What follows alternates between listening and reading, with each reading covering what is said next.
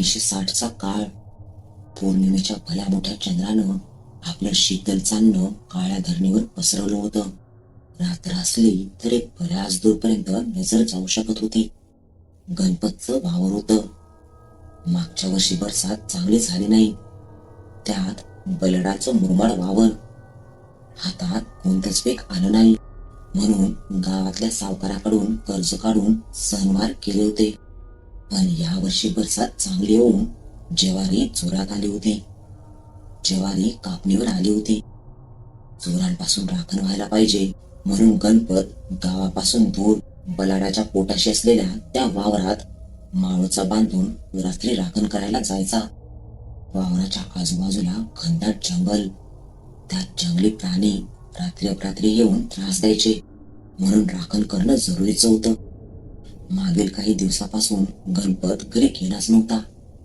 सकाळ झाली की रानातली पाखरं ज्वारीवर येऊन धडकत असत, म्हणून गणपतनं वावरात एक बुजगावणं उभं केलं होतं.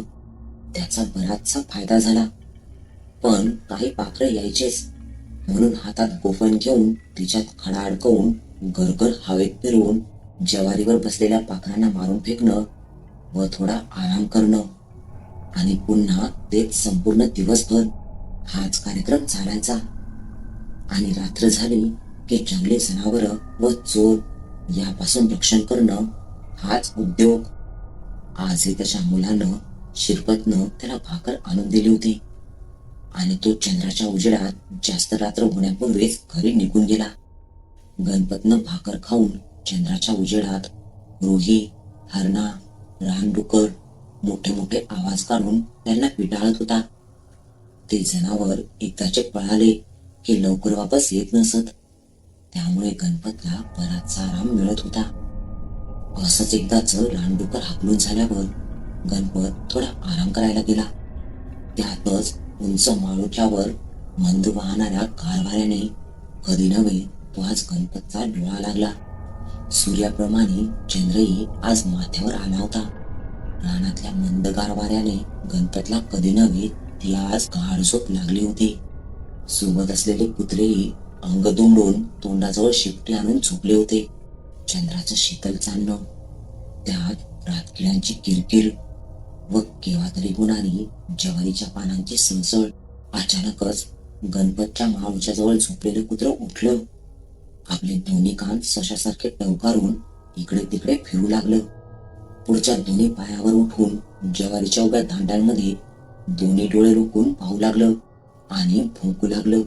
त्याचा आवाज ऐकून त्याच्या दुसरे सोबते उठून तिकडे पाहून भुंकू लागले. कुत्र्यांच्या भुंकण्याने गणपतला जाग आली.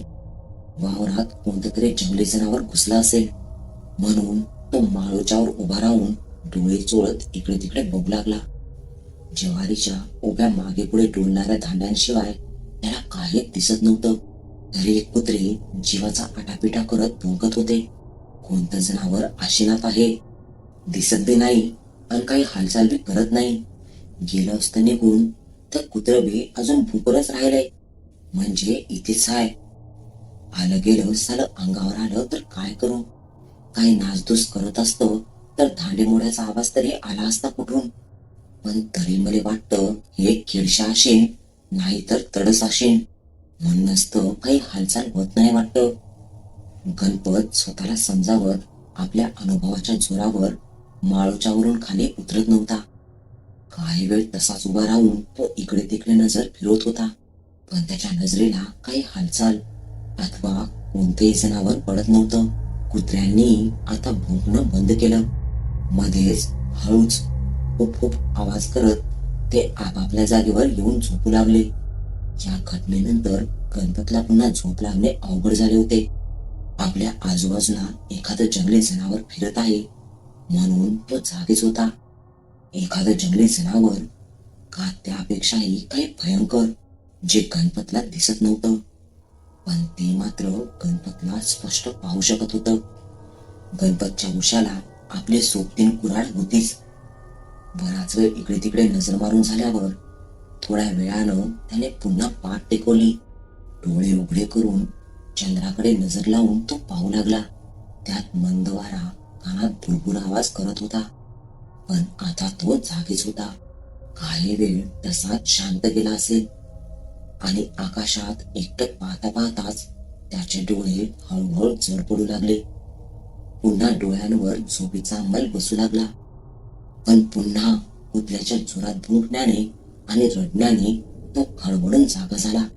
पाहतो तर त्याच्या जवळचे कुत्रे कॅंग कॅंग करत ज्वारीत सेराबेरा पळत सुटले. कोणतं तरी जनावर आलं म्हणून गणपतने आपली कुऱ्हाड मानेखालून काढून घेतली. जवळच त्याला कुत्र्याचा घुरघुर असा आवाज आला. एका हातात कुऱ्हाड घेऊन व एका हातात कंदील घेऊन वाळूच्या वरून तावातावातच तो खाली उतरला. आता तुले संपवतोच. माझ्या कुत्र्याले मारतो का तू? तुले माहिती नाही तू कोणाच्या वावरात आलाय ते. रागात बोलत गणपत त्या आवाजाच्या दिशेने कंदील घेऊन झपाझपा पावले टाकत निघाला. त्याला कारणही तसेच होते. एक वेळ गणपत रानात लाकड गोळा करायला गेला होता. त्याच्यावर अचानकच बिबट्याने हल्ला केला होता. परंतु गणपत व त्याच्या नेहमी सोबत असणारा वाघ्या म्हणजेच त्याचं कुत्र या दोघांनी मिळून एका बिबट्याला घायाळ करून फाडलं होतं. आता हे गणपत एकदम रागात डोक्याबरोबरच्या ज्वारीत एकटाच आपल्या कुत्र्यासाठी जीव धोक्यात घालून चालू लागला. तो जसजसा चालत होता तसतसा तो घुरघुर आवाज शेवटी विवळ होऊन बंद झाला. मघापासून बंद बंद वाहणारा वारा घुं घुं करत वेगाने घोंगावू लागला. वाढलेल्या वाऱ्याच्या वेगामुळे ज्वारीचं उभं पीठ डोलू लागलं. शांत झालेले पाणी संसर आवाज करायला लागले. कुत्र्याच्या शेवटच्या विवळ आवाजानंतर आता झाड्या करड्या गुरगुरण्याचा आवाज येऊ लागला. गणपत त्या आवाजाच्या एकदम जवळ असतानाच त्याच्या मनात शंका येऊन गेली की बिबट्याने बहुतेक आपल्या वाघ्याला ठार केलं. तसं त्याच्या कुऱ्हाडीच्या दांड्यावरची मूठ अजूनच घट्ट झाली. तो आवाज आता अगदी जवळून येऊ लागला. गणपतने आवाजाच्या दिशेने बारीक नजर करून बघितलं. एक काळी मानवाकृती पाठमोरी बसून वाघ्याचे लचके तोडत होती. वाघ्याचं शरीर फाटलं जाऊन त्याचा टराटरा आवाज येत होता. गणपतला त्याच्या डोळ्यांवर विश्वासच बसत नव्हता. तो हे काय अभद्र पाहतोय हे त्यालाच कळत नव्हतं. ते जे काही होतं त्याला गणपतची चाहूल लागली म्हणून तो फाडलेल्या कुत्र्याच्या तुकड्यांना दोन्ही हातात घेऊन हळूच उठला. त्याची उंची 6.5 ते 7 फुटापर्यंत होती. संपूर्ण शरीर काळेसर. ते हळूहळू मागे वळून पाहू लागलं. चमकणारे गर्द निळे डोळे, सुकून कडक पडलेला मुंद काळा चेहरा, लांबसटक नाक व अजस्त्र जबडा ज्यातून लांब लाल जीभ बाहेर येऊन तिच्या टोकातून रक्त टपकत होतं. पुन्हा ती लांब जीभ सुवेदात असलेल्या मोठ्या जबड्यात ओढली गेली ज्याच्यात कुत्र्याचं मांस व हाडे भरलेली होती. त्याचे मागे वळलेले टोकदार कान, काळ्याशार खांद्यावर असलेले टोकदार हाड, लांबसडक नखांच्या दोन्ही हातांच्या कुब्यामधून बाहेर आलेली हाडं आणि तितकेच लांबसडक नख आणि लांबसडक असलेले पाय. एकंदरीत एखाद्या सैतानालाच गणपत प्रत्यक्षात पाहत होता. त्या सैतानाने एक नजर गणपतवर फेकली तसं गणपतचं हृदय तोंडाला आलं होतं. हातातला कंदील थरथर कापत जमिनीवर पडून त्याची वात विझून गेली. थोड्या वेळापूर्वी जमलेला राग क्षणात गळून पडला. दुसऱ्या हातातील कुऱ्हाडीचा दांडा ढिला पडायला लागला. पाय एकाच जागी लटलट करून खेळले होते. तोंडातून एकही शब्द बाहेर पडत नव्हता. हृदय जोरजोराने उड्या मारून बाहेर येतं की काय असंच होऊ लागलं. ते जे काही होतं त्याला पाहून गणपत हृदयापासून घाबरला. वावरातल्या गार वाऱ्यात सुद्धा त्याला अंगाचे कपडे ओले होतील असा दरदरून घाम फुटला. काही क्षण डोक्याबरोबरच्या ज्वारीत थरथर उभा राहून त्याला त्या सैतानाच्या तोंडातील त्या सुळ्या दातांमध्ये मांसाचा तुकडा दिसला ज्याचा एक भाग अजून तरी त्या सैतानाच्या रक्ताळलेल्या तोंडाच्या बाहेर होता. तो तुकडा होता कुत्र्याचा पाय, जो बहुतेक गणपतच्या वाघ्याचाच असावा. त्याच्या दोन्ही हातात अजून कुत्र्याचे छिन्न विछिन्न फाडलेले धड होते ज्यातून टपक टपक रक्त गळत होते. त्या सैतानाचा असा अवतार पाहून गणपत मगापासून एका जागी खेळलेला होता. पण त्याच्या चेतन मनाने त्याला तिथून पळण्यास सुचवले. तसा गणपत पुन्हा टाळ्यावर येत त्या सैतानाकडे पाहत पाहत एक एक पाऊल मागे सरकत होता. कदाचित त्या सैतानाची आपल्यावर नजर गेली नसावी असं त्याला एक वेळ वाटून गेलं. पण पुढच्या क्षणी एक एक पाऊल मागे सरकवताना त्या सैतानाने गणपतकडे बघत आपला अजस्त्र जबडा फाडत हृदयाला चिरा पडतील अशी टरकाळी फोडली.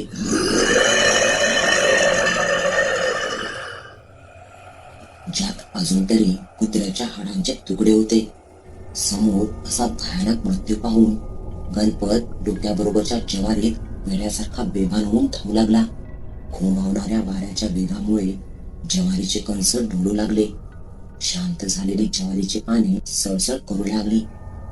चंद्राने जरी थोडा उजेड जमिनीवर फेकला असला तरी तो उजेड डोक्याबरोबर असलेल्या ज्वारीच्या वावरात जमिनीवर पडत नव्हता.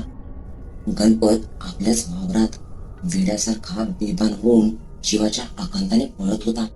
आपण कुठे पळतोय हेही त्याला भान नव्हते. गणपतच्या चेहऱ्याला ज्वारीचे लांब पात्यासारखी पानं सपासपात चिरत होती. काही जागेवरून तर रक्तही निघायला लागले. अंधारात पळता पळता एके ठिकाणी गवतात पाय अडकून गणपत धपकन जमिनीवर पडला. गणपतला स्वतःच्या हृदयाचे ठोके धडाधडा करत ऐकू येऊ लागले. त्याने मागे वळून पाहिले. काळ्याभोर अंधारात तो सैतान त्याला कुठे दिसत नव्हता. तो पुन्हा पूर्ण ताकद एकवटून उठून पळण्याचा प्रयत्नात असतानाच समोर त्याला तो सैतान दिसला. तसा गणपत पुन्हा मागे सरकून धडपडत उठला. मागे वळून पुन्हा जिकडे पाय नेतील तिकडे पळू लागला. अंधारात कसल्या तरी चिकट वस्तूवर त्याचा पाय सरकून धपकन तो तोंडावरच पडला. पडताच जमिनीची मुरमाड माती त्याच्या तोंडात गेली व काही वेळ डोळ्यासमोर अंधार येऊन तो धडपडत उठून बसला. आजूबाजूला काही दिसतंय का त्याचा कानोसा घेऊ लागला. आपण कशावरून घसरून पडलोय हे पाहण्याकरिता त्याने सरळ नजर मारली. चंद्राच्या अंधुक प्रकाशात त्याला जे दिसलं ते पाहून गणपतच्या डोळ्यात अश्रू तरळून गेले. त्याच्या जिवलग सोबत्याचं अर्ध चिरफाड झालेलं धड होतं ते, ज्यातून रक्त बाहेर येत होतं. त्याच रक्तावरून पाय सरकून गणपत पडला होता. तो पुन्हा उठून धावेल तसा त्याला गुरगुरासा आवाज आला आणि तो आवाज त्याच्या अगदी 1 फूट मागून येत होता. गणपतने थरथरतच रडवलेल्या चेहऱ्याने मागे पाहिले. त्याचा विद्रूप चेहरा अगदी गणपतच्या चेहऱ्यासमोर होता. इतका की त्याच्या तोंडातले फुललेले हाड गणपतला अंधुक उजेडातही स्पष्ट दिसतील. एक वेळ आपल्या गर्दनिळ्या डोळ्यातून त्या सैतानाने गणपतला पाहिले. आपल्या दोन्ही काळेसर मोठ्याल्या नखांच्या पंजांनी त्याने गणपतला दोन्ही कानाला धरून वर उचललं व आपले तीक्ष्ण दात असलेला काळाभोर जबडा आवासून फाडला. गणपतला समोर भयंकर मृत्यू दिसला. त्याच्या हातापायाची धडपड व तोंडून बाहेर पडलेली कारोळी एकदमच बंद झाली. शेतात पूर्वीसारखी शून्य करणारी शांतता पसरली. परंतु आता त्या शांततेत रक्ताने माखलेले 2 मृतदेह रक्त शोषून फेकून दिले होते. इकडे गणपतचं गावही कधी झोपेच्या अधीन झालं होतं. गावाच्या एकदम शेवटच्या घराबाहेर दामाबाचं घर होतं. घर छोट असल्याने दामाबाला बाहेर मातीच्या ओट्यावर झोपायची सवय होती. आजही दामबा घराच्या 7 फूट उंच शेणाने सारवलेल्या मातीच्या ओट्यावर गोधडी अंगावर घेऊन झोपला होता.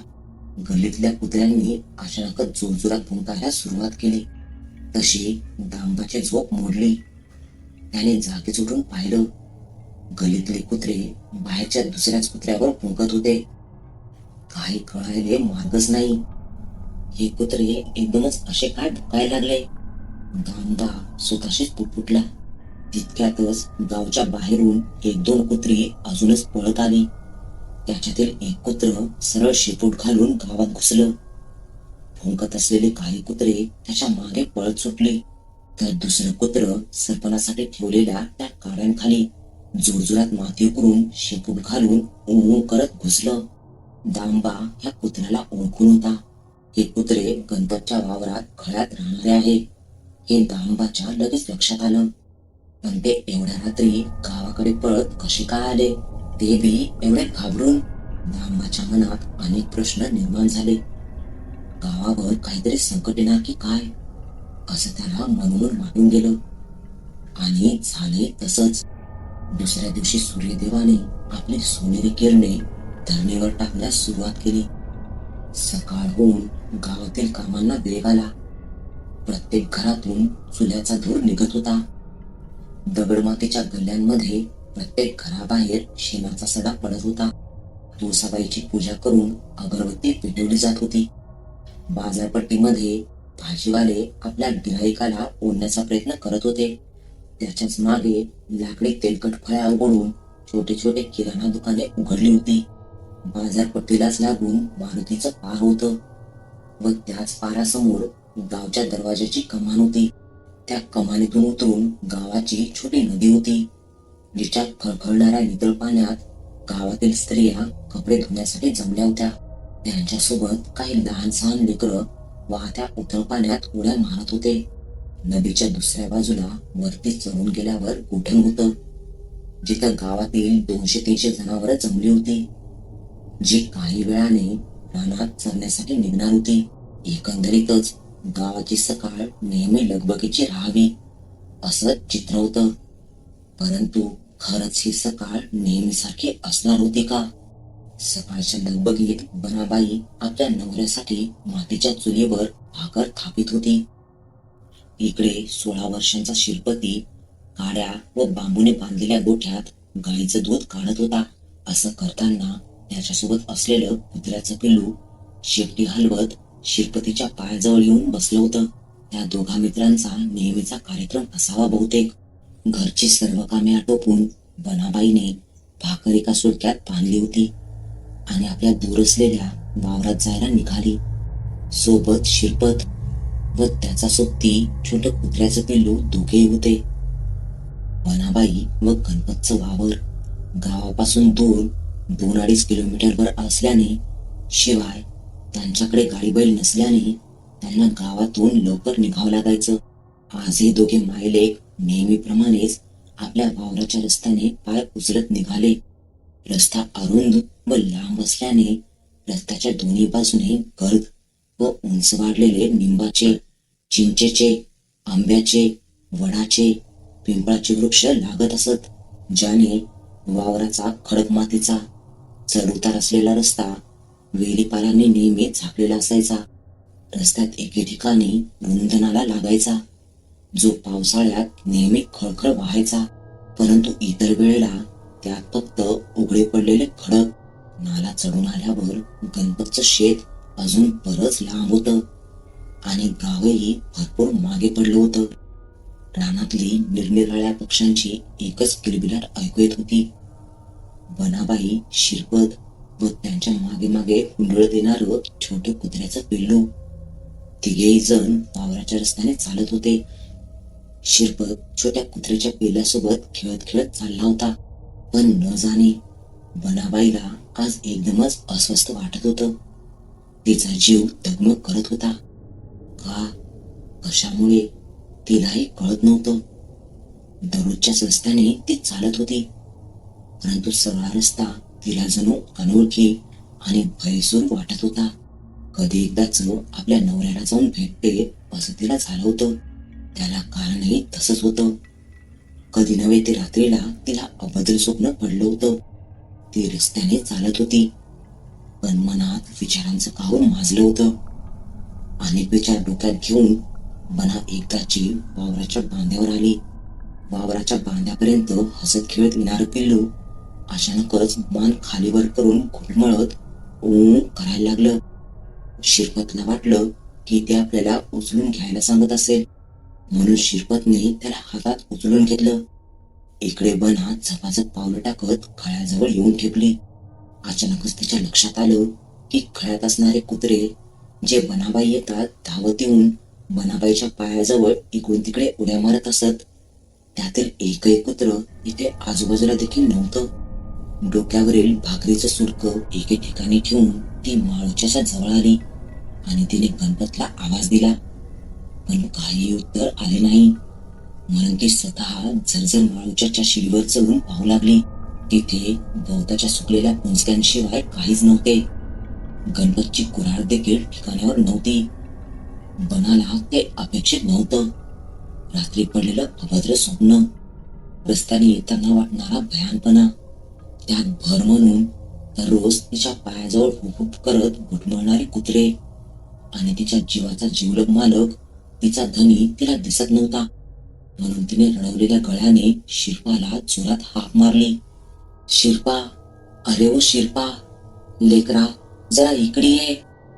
आपल्या आईची अचानकच आलेली आरोळी शिरपाच्या कानात गेली. तसा मगासपासून एके ठिकाणी पिलाला हातात घेऊन त्याला खालीवर न्याहाळत असलेला शिरपा ज्वारीच्या धांड्यांमधून दररोजच्या पायवाटेने एकदम खळ्याजवळ धावत गेला.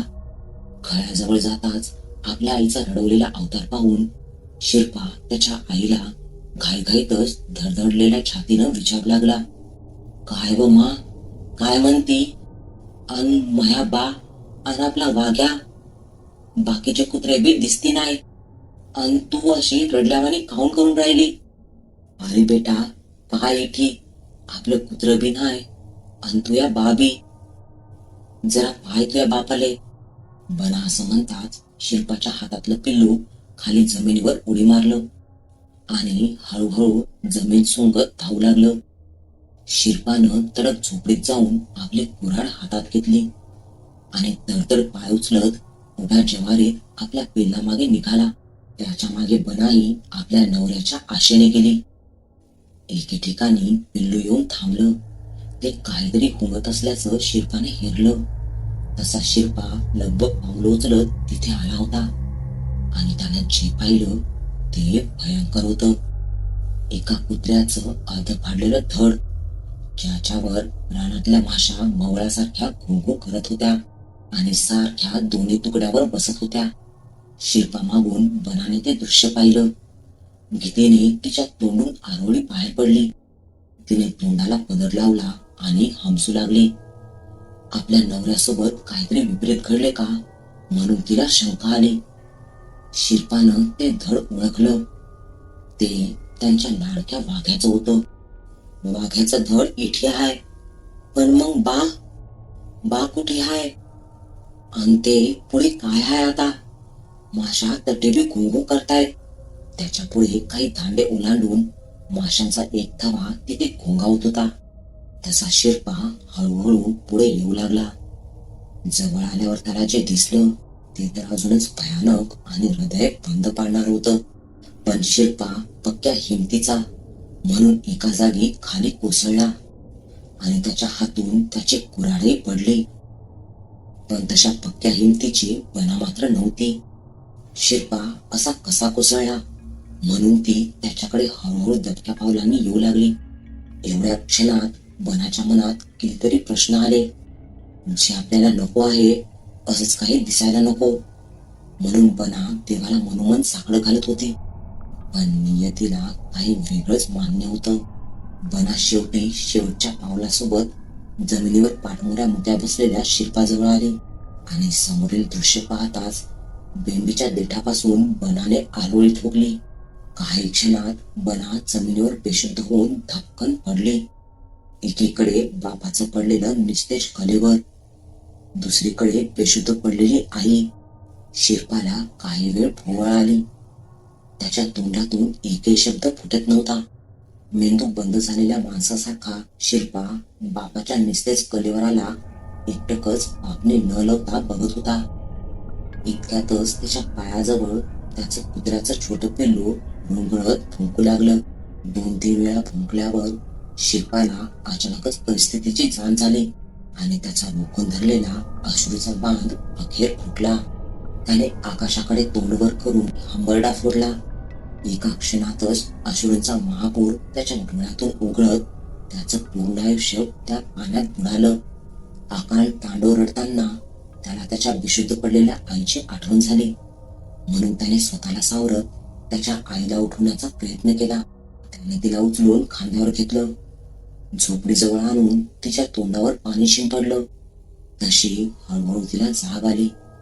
जाग आल्यावर तिला पण वाईट स्वप्न पाहिलंय असा आभास झाला. पण शिरपाने तिला परिस्थितीची जाणीव करून दिल्यावर तिने नवऱ्याच्या नावाने जोरात हंबरडा फोडला. तिचा हंबरडा शेजारच्या शेतात नुकत्याच कामाला आलेल्या धनाजीने व त्याच्या पत्नीने ऐकला. तो ऐकून त्यांच्यासोबत काम करणारे मजूर देखील गणपतच्या शेतात पळत आले. मजूर बायांनी जनाला सावरलं तर माणसांनी शिरपाला सोबत घेऊन गणपतच्या विचित्र कलेवराला गावात घेऊन आले. बनाने जे पाहिलं ते भयंकर होतं. तिच्या नवऱ्याचं गळ्यापासून फाडलेलं निस्तेज कलेवर काळ पडून त्याच्यातून रक्त शोषून घ्यावं असं जमा होऊन पडलं होतं. पण आजूबाजूला रक्ताचा नुसता सडाच पडला होता. कोण्या आदाशाने भरपूर दिवसांनी आपली रक्ताची भूक मिटवण्याचा प्रयत्न केलेला दिसत होता. पण खरंच त्या आदाशाची भूक मिटली होती का?